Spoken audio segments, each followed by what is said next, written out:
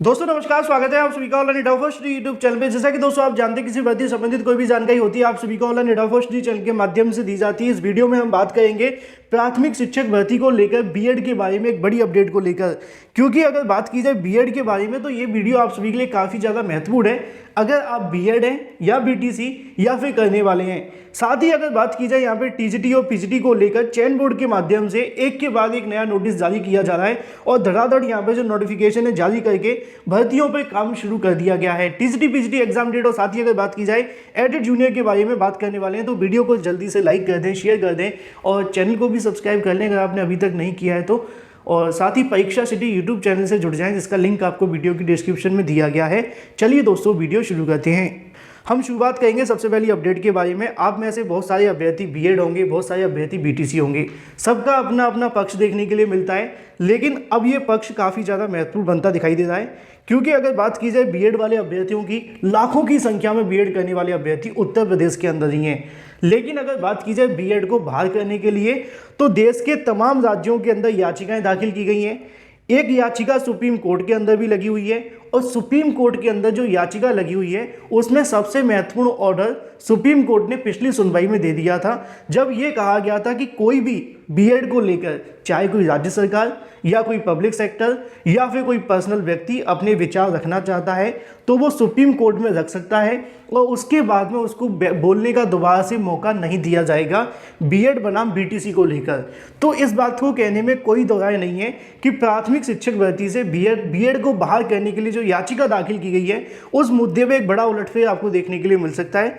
अगर बात की जाए इस मुद्दे के बारे में तो सुप्रीम कोर्ट के माध्यम से भी अब इसको लेकर जो जानकारी है वो जारी कर दी गई है। लेकिन मैं आपको बता दूं, प्राथमिक शिक्षक भर्ती में बीएड को शामिल रखने के लिए या फिर बनाए रखने के लिए एनसीटीई की तरफ से अपने अपने अधिवक्ता रखे गए हैं। तो वहीं दूसरी तरफ अगर बात की जाए केंद्र सरकार के माध्यम से भी अपनी पूरी तैयारियां की गई हैं।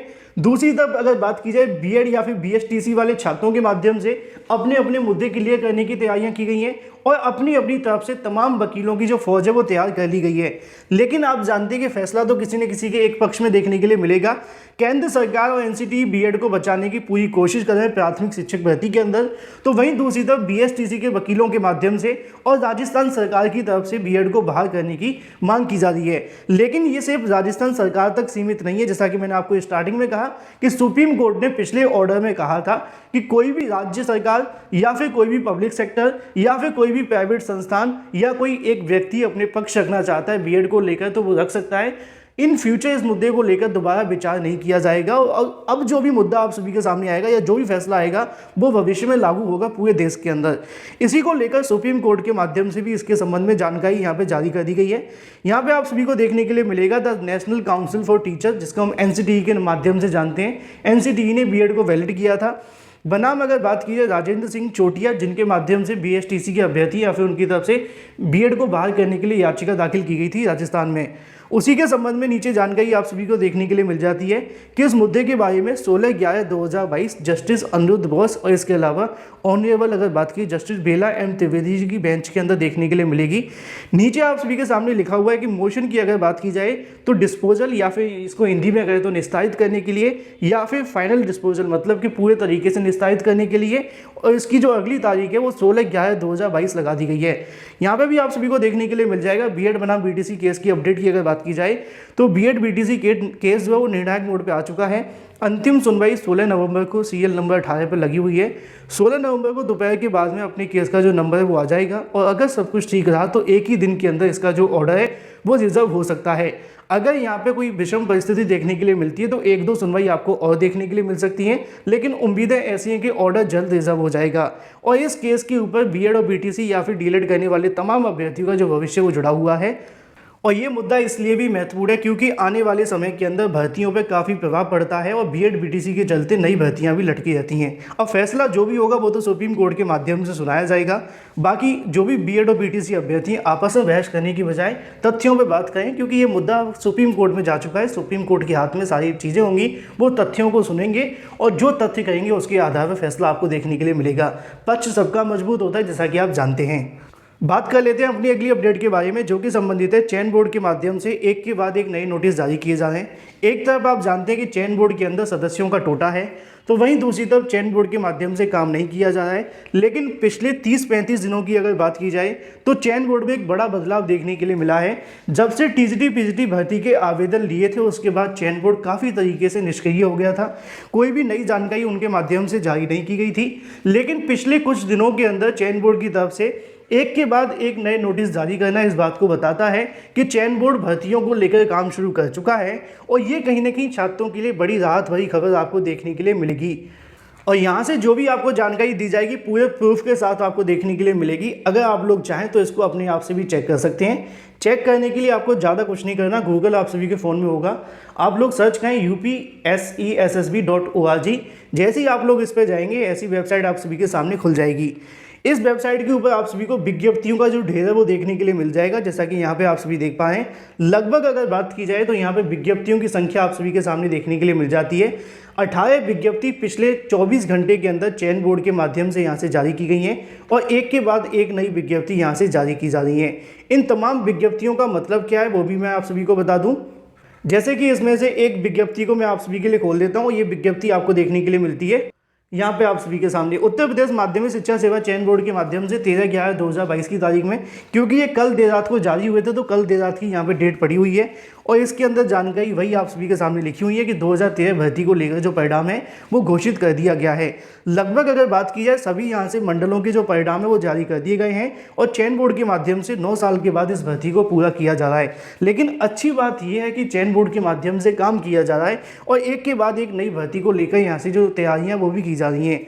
अगर बात की जाए यहाँ पे टीजीटी पीजीटी एग्जाम डेट के बारे में, क्योंकि वही सबसे महत्वपूर्ण मुद्दा भी है, तो इसको लेकर तो अभ्यर्थियों के माध्यम से कल की तारीख में एक प्रदर्शन भी देखने के लिए मिलेगा, जहां पे छात्रों की ओर से सीएम योगी तक अपने मुद्दे को पहुंचाया जा रहा है कि टीजीटी पीजीटी की एग्जाम डेट को घोषित किया जाए।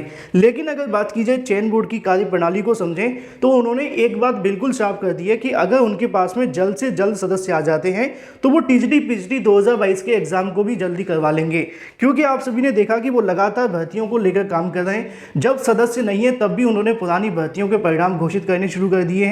हालांकि उसमें हाईकोर्ट के आदेश को कहीं ना कहीं फर्क पड़ता है, क्योंकि हाईकोर्ट ने भी कहा था कि इन भर्तियों को जल्दी से पूरा करें, जिसके चलते चयन बोर्ड कर रहा है। लेकिन ये बात समझने वाली है कि अगर चयन बोर्ड के पास में सदस्य आ जाते हैं तो टीजीटी पीजीटी 2022 का जो एग्जाम होगा वो फरवरी के अंदर बड़ी आसानी से अभी भी करवाया जा सकता है, और काफ़ी लंबा समय भी है। कुछ अभ्यर्थी कहते हैं कि परीक्षा फरवरी में नहीं हो सकती है, तो आप लोग समझ करके चलें कि अगर चयन बोर्ड के पास में नवंबर के लास्ट तक भी यहाँ से सदस्य आ जाते हैं तो आपके पास समय कितना बचा है? दिसंबर का समय बचा हुआ है ना।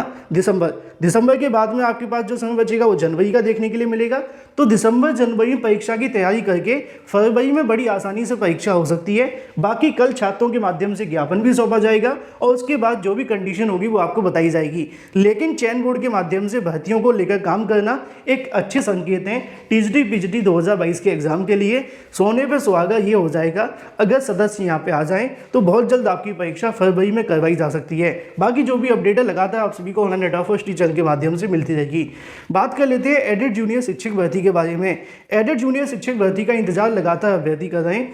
हाल ही में जानकारी देखने के लिए मिली थी अधिकारियों के माध्यम से, जिन्होंने बताया था कि नवंबर में इस भर्ती को पूरा कर देंगे, लेकिन आधा नवंबर हो गया, अभी तक भर्ती शुरू नहीं हुई है, जिसको लेकर लगातार अभ्यर्थी डिमोटिवेट भी हो रहे थे। लेकिन इसी बीच छात्रों के लिए एक बड़ी खुशखबरी देखने के लिए मिली है। खुशखबरी ये है कि एडेड जूनियर शिक्षक भर्ती के बारे में जो रिक्त पदों का डाटा मांगा गया था, लगभग सभी जिलों के माध्यम से डाटा भेज दिया गया है। तमाम बीएसए के माध्यम से इस मुद्दे को लेकर कंफर्म किया गया है। जिन बीएसए की रिपोर्ट यहाँ पर जारी की गई थी कि इनके माध्यम से नहीं भेजा, उनके माध्यम से नहीं भेजा, बहुत सारे अभ्यर्थियों की तरफ से मुलाकात करके जानने का प्रयास किया गया कि क्या आपके माध्यम से डाटा अभी तक नहीं भेजा है। तो उन्होंने इस बात को यहाँ पे कंफर्म करते हुए बताया कि हमने भेजा नहीं था, लेकिन जब दोबारा से शिक्षा निदेशक की तरफ से पत्र मिला तो उसके बाद में एडेड जूनियर शिक्षक भर्ती को लेकर पूरा का पूरा जो डाटा है वो भेज दिया गया है। इसके बारे में शिक्षा निदेशालय के पास में भी रिपोर्ट आ चुकी है। अब वो रिपोर्ट को मैच करेंगे, रिक्त पदों की जो जानकारी मिली है उसको वेरीफाई करेंगे। अगर सारे पद ठीक पाए जाते हैं तो फिर भर्ती के क्रम में आगे की कार्रवाई शुरू कर देंगे।